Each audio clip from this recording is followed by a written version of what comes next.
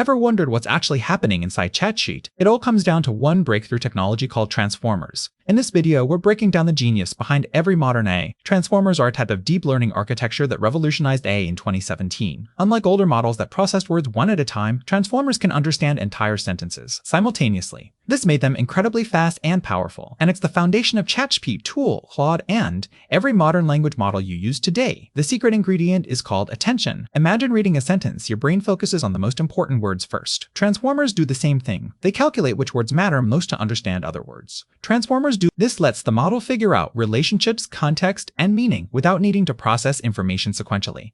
Transformers learn by predicting the next word in a sentence, over and over again using billions of examples. Each time it gets it wrong, it adjusts itself slightly. After months of training on massive datasets, it learns grammar, facts, reasoning, and even humor. This simple process creates intelligence that feels almost human-like. Before Transformers, AI struggled with long-term context and speed. Transformers solved both problems instantly. They're also scalable. The bigger you make them, the smarter they get. That's why companies keep building larger models. Understanding Transformers is understanding modern AI. Hit subscribe to master AI concepts from the ground up.